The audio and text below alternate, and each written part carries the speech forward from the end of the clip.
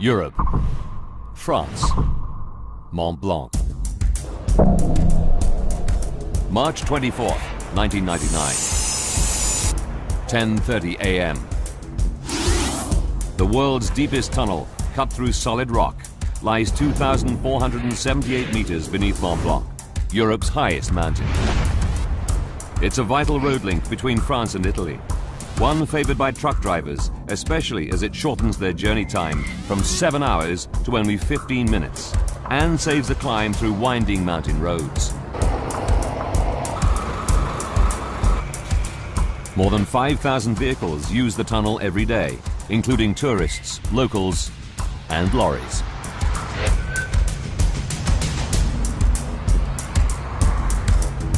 It's a fine spring morning as British trucker John Whitby heads for the toll on the Italian side.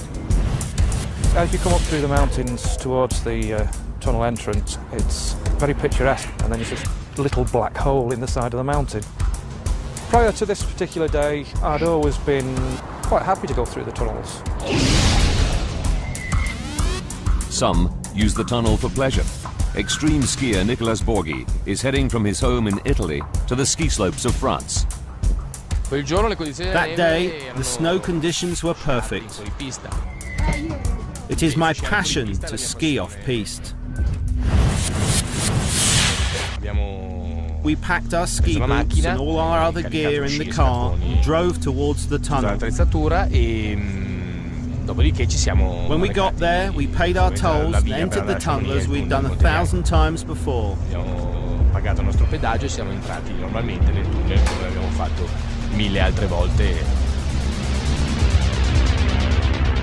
Normally, it takes Borghi 15 minutes to drive through the tunnel. Today's journey would be different. We invite you to comply with the safety regulations indicated on the information brochure.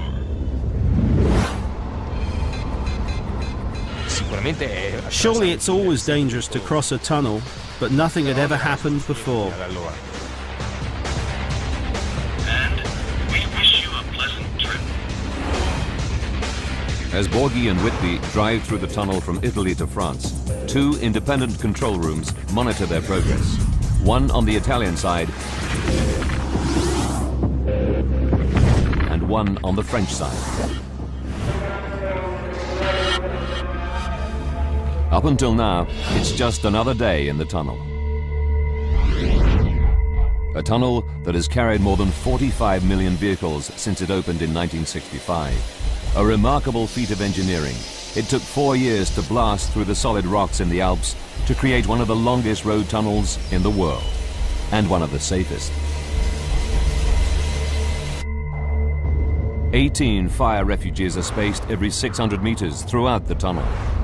There are 77 emergency telephones, with a dedicated rescue team at the French end and volunteer rescuers at the Italian end. Until the 24th of March 1999, it's free of major incidents. The teams have dealt with all previous lorry fires without major casualties. But all this is about to change.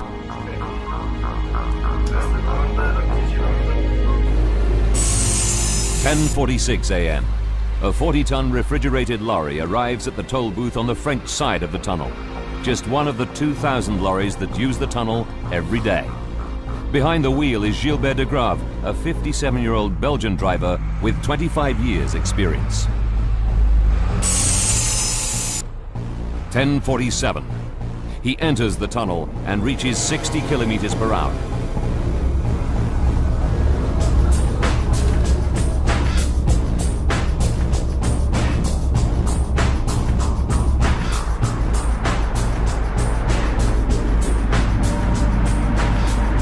His refrigerated Volvo lorry is carrying an everyday load, 9 tons of margarine and 12 tons of flour, destined for a food factory in Milan.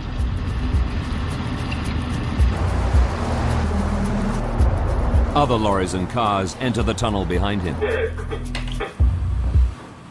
As always, 40 closed-circuit TV cameras monitor the progress of all vehicles. 10:49.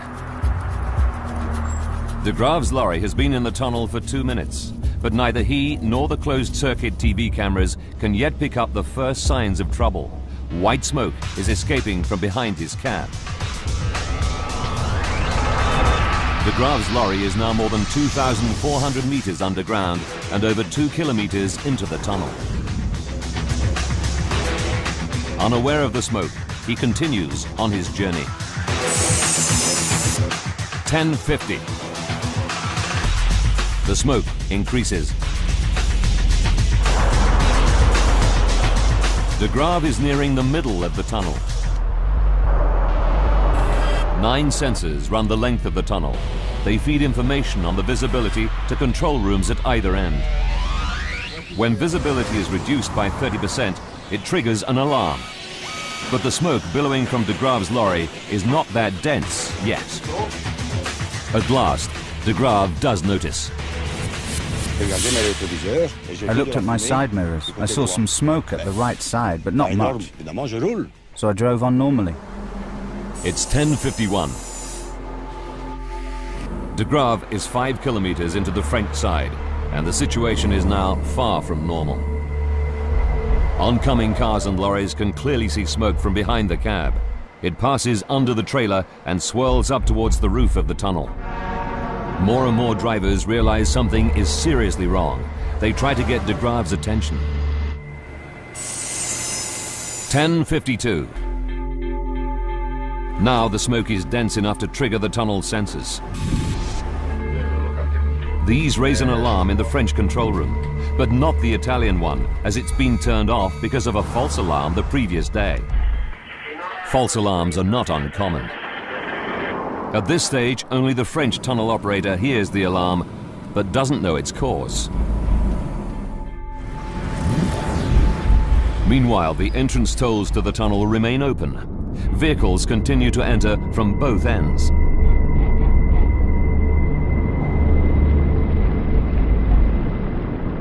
Finally, Gilbert de Graaf can ignore the smoke no longer.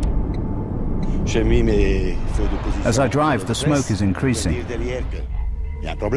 I put on my hazard lights to warn the people behind and avoid an accident.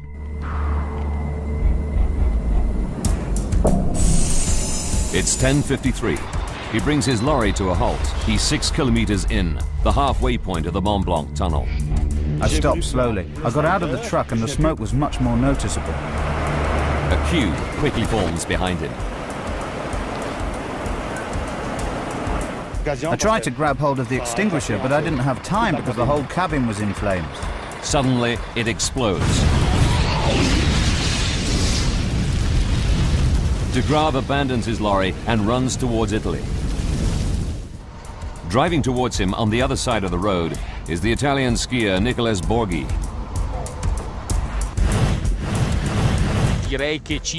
I was halfway through the tunnel when I saw a glow far away. Then, when I was 20 meters away, I saw a massive flame and the truck driver running away. The queue behind De Graaf's lorry is growing. 38 men and women are stuck in their vehicles. None of them can see the danger ahead. But John Whitby, who's coming from the opposite direction, can. We looked down the tunnel and couldn't see anything but blackness. But what we didn't know at that point was that blackness was actually thick smoke. And that thick smoke is rapidly enveloping the vehicles stuck behind De Graaf's lorry. Within seconds, the road tunnel will turn into a raging inferno.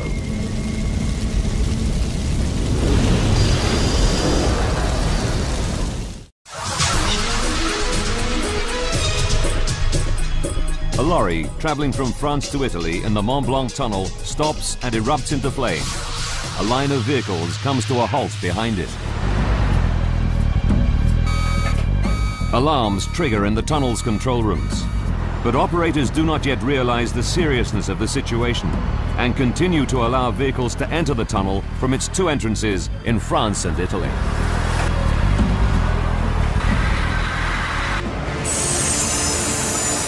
"10:54. The lorry's been on fire for 1 minute. Someone in the tunnel sees the smoke and uses the emergency phone at Refuge 22, 300 meters from the lorry, to raise the alarm. It rings through to the Italian control room. The operator there gets his first direct information that there's a serious problem. Immediately, the Italian and French controllers speak to each other. Now, they can clearly see the smoke on their monitors. But they can't see the lorry. It's hidden by the smoke. Realizing the danger, they close the tunnel to new vehicles at both sides. But for the 25 vehicles and 38 people who've already followed de Graaf's lorry into the tunnel, it's too late. They're either driving towards the lorry or they're already stuck behind it.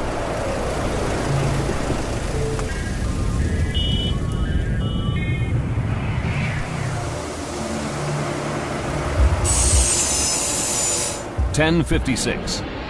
By now, thick black smoke is moving over the first of the vehicles trapped behind the lorry back towards France. But ahead of the flaming lorry towards Italy, the smoke is spreading more slowly. Drivers coming from that direction include Nicholas Borghi.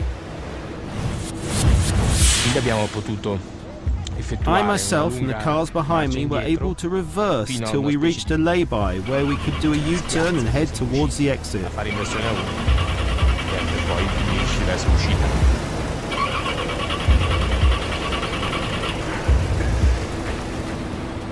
In the Italian control room, an operator sees the fleeing vehicles and pumps fresh air in towards them. But this increased airflow moves through the tunnel towards the fire and onto France. When air hits fire, it's a problem.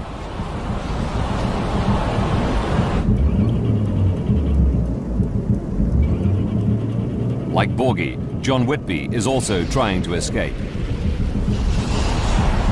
He stops 300 meters from the Inferno.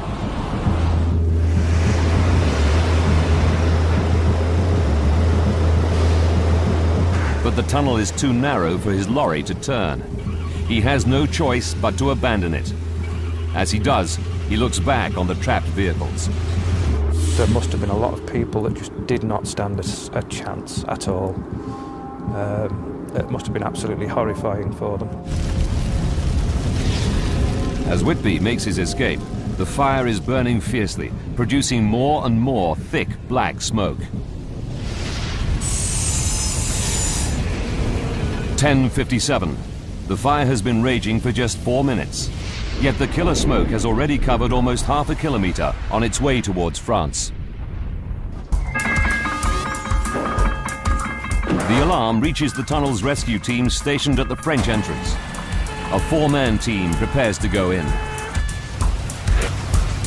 10:58. The wall of smoke from the epicenter of the fire obscures the view of the closed-circuit TV cameras. And as the French rescue team enter the tunnel, they don't know that 38 people are stuck in their vehicles behind the lorry.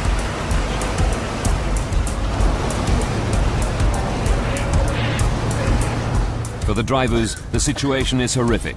The visibility is reduced to half a meter. Panicked, some try to drive away. But the lack of oxygen kills their engines and their only means of escape. In desperation, some try to get to refuges, specially designed fireproof rooms located every 600 meters. But their quest is futile. It's a living nightmare.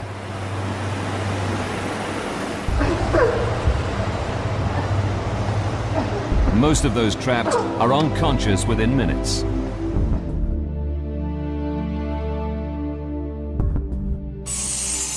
It's now 11 o'clock. As the scale of the catastrophe grows, firefighters from the French town of Chamonix scramble to enter the tunnel.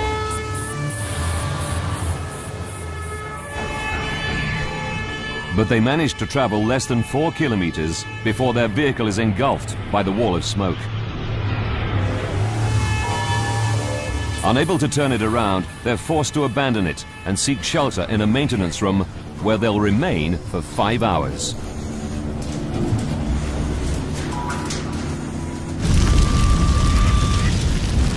Still, no emergency services managed to reach the center of the blaze. Now the first rescuers enter from the Italian side, where the smoke is spreading more slowly. John Whitby is still by his lorry when he sees them. The wail of sirens came down the tube, and they screamed past us down into the darkness ahead, and they were sort of swallowed up by the smoke, actually. The Italian volunteer rescuers get within 300 meters, but one patrolman gets within 10 meters of the lorry before a new danger forces them all to turn back. There were 6 explosions in rapid succession, which were just bang, bang, bang, bang, bang, very quick, and they were very powerful explosions. Tires from the vehicles explode. They send deadly shrapnel flying.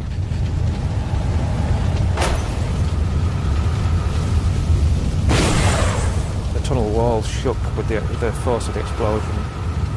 Within a minute or two of that happening, the fire brigade were back. As they retreat, the Italians rescue John Whitby and other drivers. Among them is Gilbert de Grave, the driver of the lorry that starts the Inferno. They exit the tunnel on the Italian side. They've all made a miraculous escape. It's 11:11. Italian firefighters enter the tunnel to try to tackle the blaze.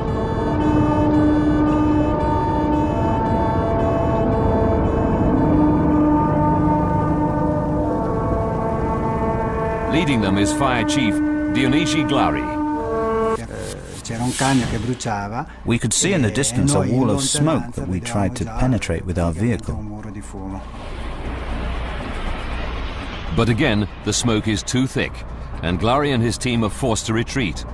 They seek shelter in refuge number 24, one of the tunnel's fireproof rooms, where they'll be safe for 2 hours. But for these firefighters, the drama isn't over. They receive word about some colleagues who are trapped, but where? Bravely, Glari and his team leave the safety of Refuge 24 and head out into the smoke to try to find them. We were walking in the tunnel with one hand along the wall so as to find our way.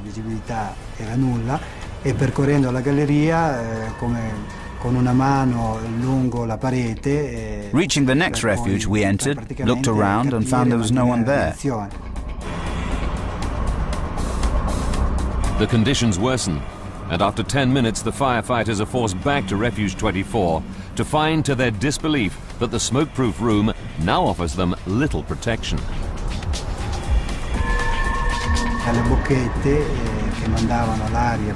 We saw smoke coming from the ventilation vents that should send clean air into the refuge. With their breathing apparatus running on empty, they're desperately short of air. Outside, the operation commander hatches a plan. The trapped firefighters are told that beneath the road is a ventilation duct full of fresh air which may offer a means of escape. The problem is finding the door without getting lost in the smoke. To reach this doorway, we had to use an electrical extension lead that we tied to the door of the refuge and then went to look for the doorway.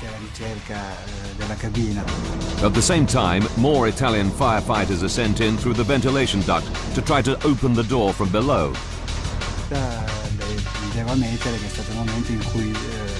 The moment they opened that door, that was the moment I glimpsed a possibility of escape.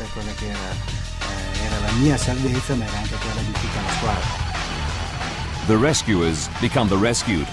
After 3 hours, Glari and his team are able to escape through the ventilation duct.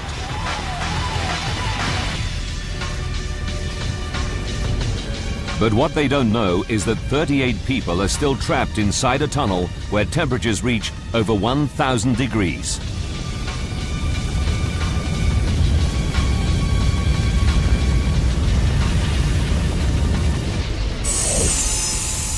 "11:30. 37 minutes after the lorry erupts in flames, the dense, deadly smoke now stretches more than 6 kilometers, filling the tunnel all the way to the French exit.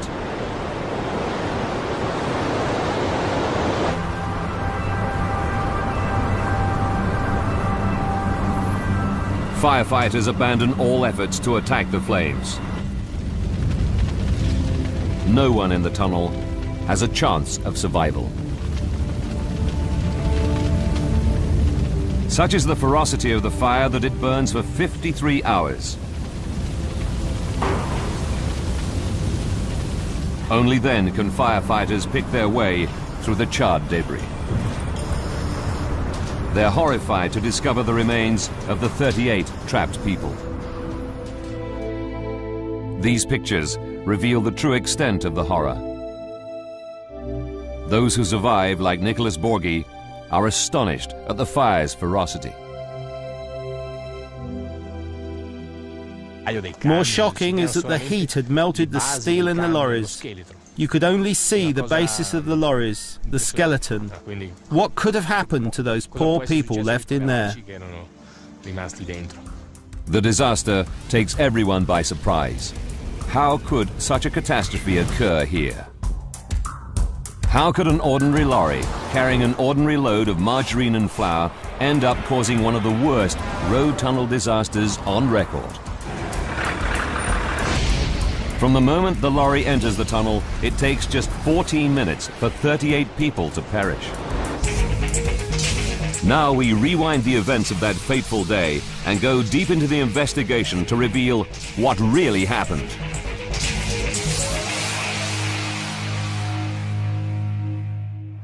Advanced computer simulation will take us where no camera can go, into the heart of the disaster zone. A team of experts is assembled to investigate the fire. Using their data, we can piece together the deadly chain of events to find out what caused this terrible tragedy. The first mystery facing the experts is what starts the fire in the lorry. They trace the lorry's journey on its approach to the tunnel. This is where problems could first occur. Lorries frequently overheat on the long climb up to the tunnel entrance. Investigators examine the remains of the Volvo lorry. Is there a fault with the FH12 engine? After intensive tests, they find no conclusive evidence of overheating. Then, a breakthrough. The investigators find particles inside the engine that can only have got there if the air filter had burnt before the main fire. But how could the air filter have burnt first? One theory is that a casually discarded cigarette from a passing vehicle enters the lorry's air filter on top of the cabin. The cigarette travels down to the filter, which catches fire. Particles then enter the engine, causing that to catch fire and thus starting the blaze. It's a strong possibility. Investigators then carry out an experiment on a similar lorry in similar conditions. Although not conclusive, it proves a cigarette butt entering the air filter could cause a fire. But that in itself is not enough to cause a tragedy on the scale of the Mont Blanc tunnel fire. So how did this small fire turn into a raging inferno?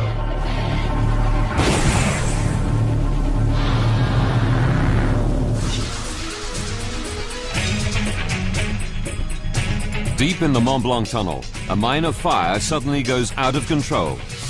In 14 minutes, 38 people perish. Using advanced computer graphics based on the official reports, we go deep into the investigation to unravel the chain of deadly events. Investigators believe it starts with a small fire smoldering in the engine beneath the cab.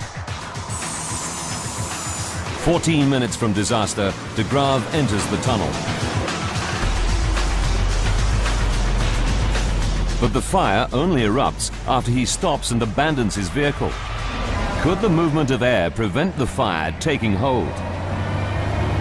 Experts know that lorry fires can develop more quickly when vehicles slow down or stop, because then the supply of oxygen increases, which feeds the fire.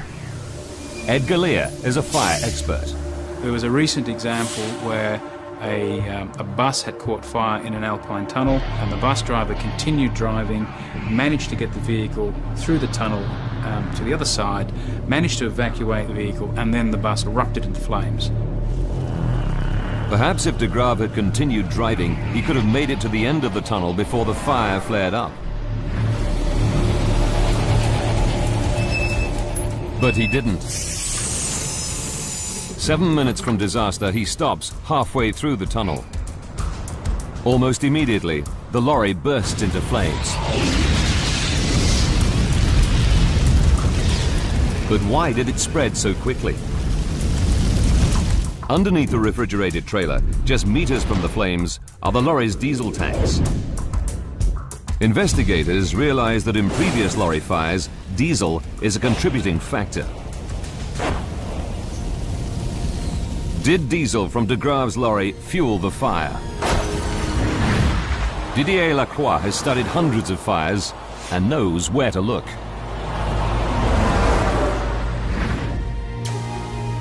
The difference between this fire and the 17 fires that had occurred before was that it started very quickly. They spread to 34 vehicles. But Lacroix discovers that de Grave's lorry is only carrying 550 litres of diesel. His tank is only half full. It can't explain the rapid spread of the fire. Lacroix digs deeper.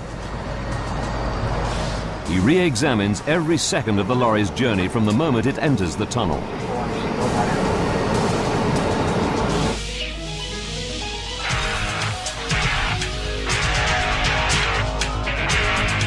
His team turn their attention to the contents of the refrigerated trailer. It's only carrying 9 tons of margarine and 12 tons of flour, a seemingly harmless load. They're not even classified as dangerous goods. But with little else to go on, they begin to experiment with the cargo. One of the things we discovered was that goods that are not classified officially as dangerous can lead to a very serious fire.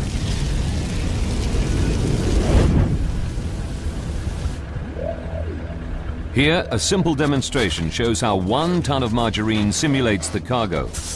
It's wrapped in polystyrene sheets, the same insulation material lining the refrigerated trailer. After just 2 minutes, it proves to be a highly combustible combination. In refrigerated vans, you have polyurethane, and when this burns, it produces a lot of heat. It can burn very rapidly. When the margarine melts due to the fire, it's an oil-based material, and it will also rapidly burn, producing quite a lot of heat. Margarine has a very high energy content. Incredibly, when it's melted, it's almost as dangerous as petrol. Our experiment shows how dangerous things can be in the open air, but fire experts know that in the confines of tunnels, fires burn much more intensely because there are limited outlets for the heat to escape. To find out more, this research facility is conducting large-scale fire tests in a disused road tunnel in Norway. Simulated trailers with various loads are set alight. The purpose of the tests is to investigate the heat generated by lorries carrying typical loads, such as packing crates and furniture. These experiments produce the world's highest heat release rating ever recorded in a tunnel fire test. But is margarine even more flammable? The Mont Blanc team calculates that the burning load of margarine may have created an even higher heat rating. The intensity of the fire on March 24, 1999 takes everyone by surprise, including Mont Blanc tunnel expert Jean Martinetti. The fire reached between 1,000 and 1,200 degrees. Nothing could withstand it. Everything melted, the ground, the concrete, the structure. It was completely unthinkable, a real crematorium. Investigators are shocked that such a simple cargo of margarine and flour, not classified as dangerous, could produce a fire almost as powerful as a 30,000-litre petrol tanker.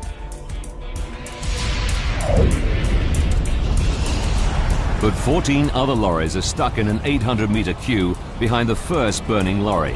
Could these have contributed to the fire? The second truck was also carrying margarine. There were 2 trucks carrying large quantities of polyethylene. The combined firepower of these lorries burning together takes the Inferno to another unimaginable level of horror for the 38 people trapped in the tunnel. The vehicles that were involved in the fire had the energy content equivalent of about 5 to 7 petrol tankers full of fuel. But for these vehicles to contribute to the Inferno, the fire first had to spread to them. So how did that happen? 3 explanations emerge. First, the burning truck radiates heat and generates hot gases that in the confines of a tunnel can ignite vehicles a great distance from the fire. Another way is that the vehicle that's on fire is leaking fuel and it runs along the length of the tunnel. Yet another way is if the fire is very intense, the road surface itself catches fire and then that will ignite the other vehicles in the tunnel. Investigators are not able to prove which of the 3 methods causes the fire to spread, but they do make another discovery. Fire is not the real killer.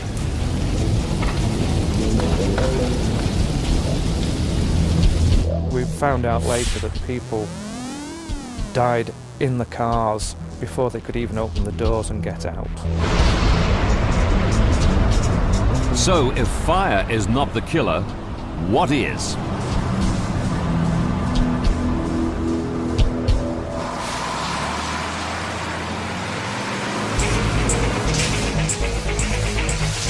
A smouldering lorry enters the Mont Blanc tunnel. The driver stops and suddenly his truck explodes into flames.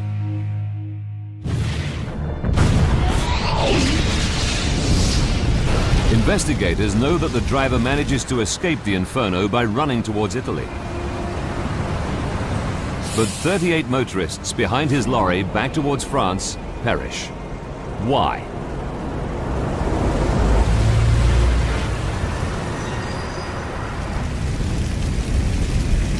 Investigators focus on the smoke given off by the fire. Without realizing it, John Whitby is a witness to this deadly wall of smoke. All we could see ahead was blackness about 200 metres from where we were stopped. It was just completely dark. We presumed that it was just lack of lighting, but it actually turned out to be the smoke from the fire. 7 minutes from disaster, data gathered from the sensors in the tunnel reveal that in these minutes, smoke travels 800 meters over the 25 gridlocked vehicles. The smoke travels at 4.5 meters per second. That's more than 16 kilometers per hour, creating a sudden loss of visibility down to half a meter.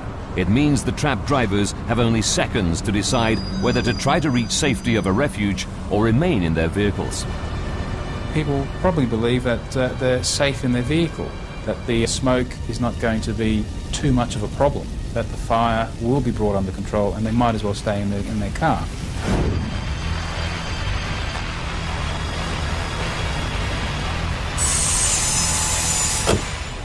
Four minutes to go. In the middle of the smoke, 4 cars do attempt to turn round. The tunnel is wide enough, so why don't they make it? Experts know that car engines need oxygen to work. The fire is consuming the oxygen and replacing it with carbon monoxide. Starved of oxygen, the vehicle's engines splutter and die. There's no way out. The fate for those who abandon their vehicles is equally bleak. They're overcome by smoke and other toxic gases before they reach the safe areas.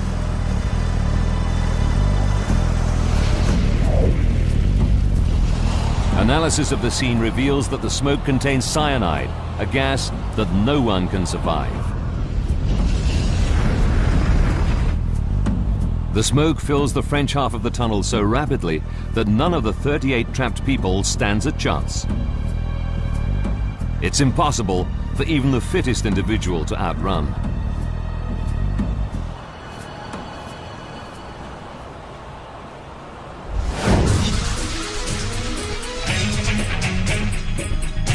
"14 minutes after the lorry enters the tunnel, everyone in the tailbank behind the truck has perished.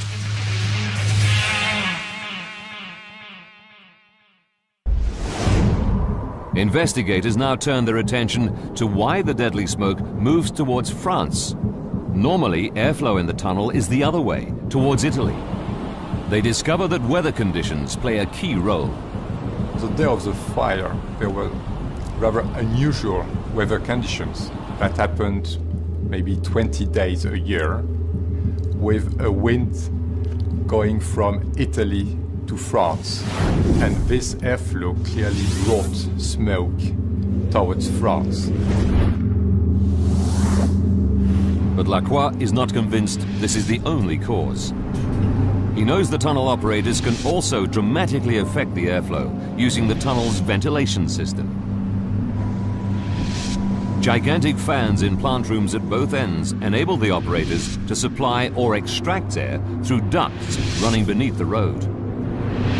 Normal operation requires ducts to supply air, but in the event of fire, duct 5 is supposed to be set to remove the smoke.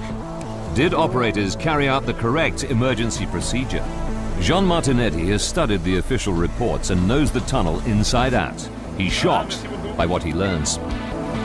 When the fire occurred, on the Italian side, according to the reports, the Italian operator blew fresh air in instead of extracting it. A souffler de l'air frais au lieu de l'aspirer.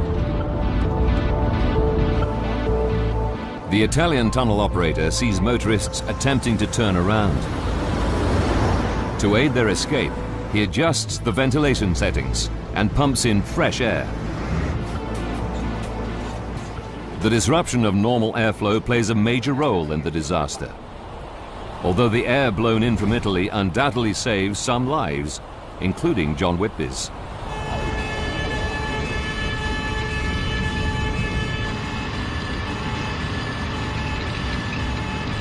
I realised how lucky I was. 90% of the time the smoke would have come the other way to Italy, and I wouldn't be here now. But the air being pumped in from Italy moves the smoke towards France at a terrifying speed. After enveloping the vehicles trapped behind the burning lorry, the smoke accelerates, now moving at 6 meters per second. On the French side, the whole French half of the tunnel was filled with smoke in little over half an hour.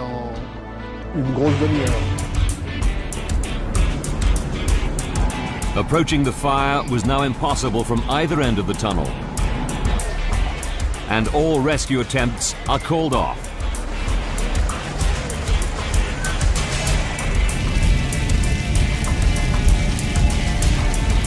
But a startling discovery is about to be made.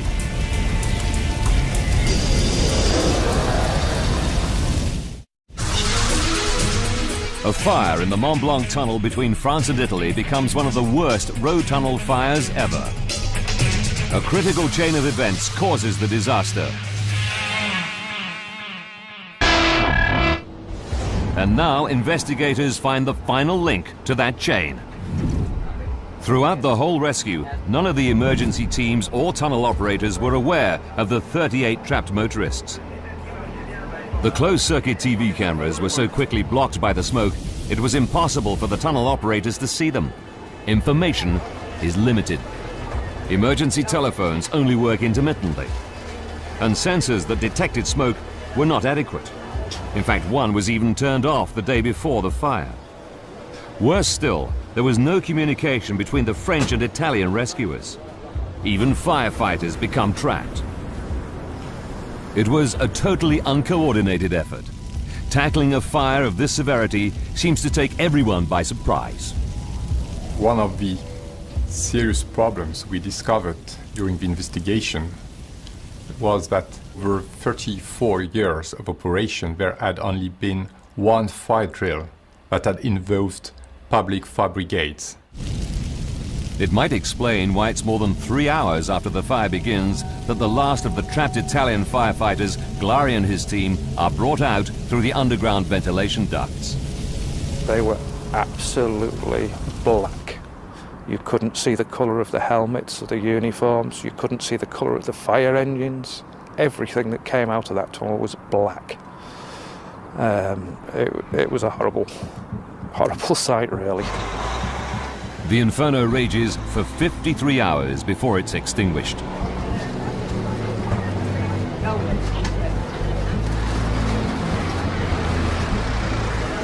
I really hope that something is done to improve the safety of these tunnels. The disaster triggered an overhaul of safety procedures in the Mont Blanc tunnel. Today, maximum speed limits and minimum distances between vehicles are strictly enforced.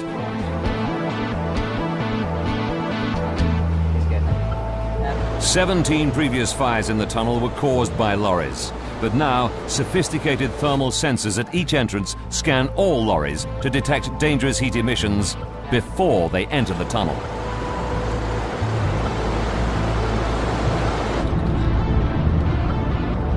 The tunnel operators have gone a long way to correct the mistakes. Many changes have been made regarding safety in the Mont Blanc tunnel. Probably one of the most important things is that now there is only one operator and using one single control center. They stage regular fire and evacuation drills.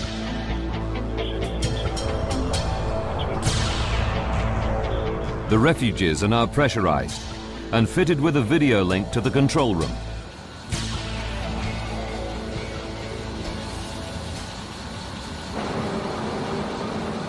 Staircases now connect them directly to evacuation channels below the road.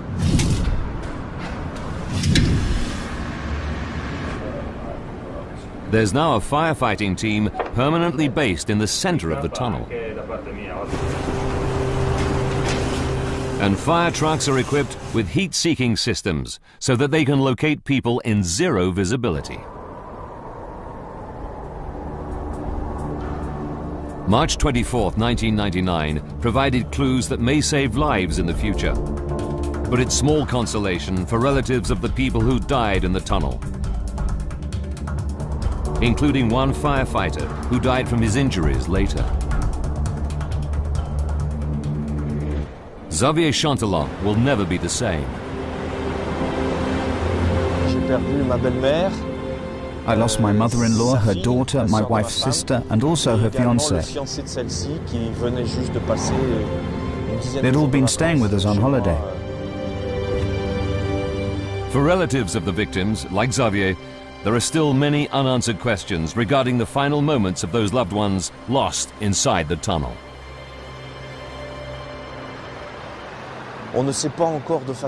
We still do not know for sure how they died.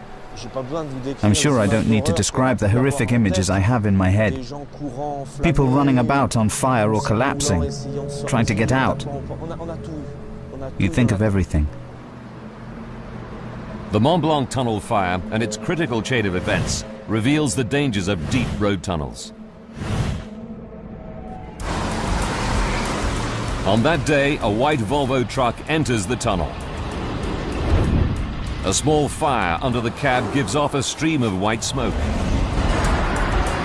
The lorry stops. More air reaches the fire, causing it to erupt. The ordinary cargo of margarine turns deadly, creating a fire with the same potential as a 30,000-litre fuel tanker.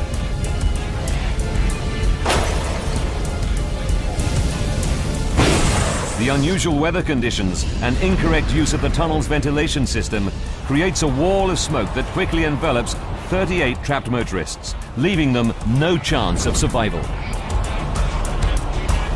But was this critical chain of events unique? incendie dans le tunnel du Mont Blanc. I think there will be another fire in the Mont Blanc tunnel. Tomorrow, in 6 months, a year. But the emergency services are better adapted today than they were at the time of the disaster. But there will be another fire. Il y aura un incendie. Is another Mont Blanc disaster possible somewhere in the world? Yes, it is. And it's perhaps only a matter of time. But until it happens, millions of vehicles continue to travel through road traffic tunnels every day in safety.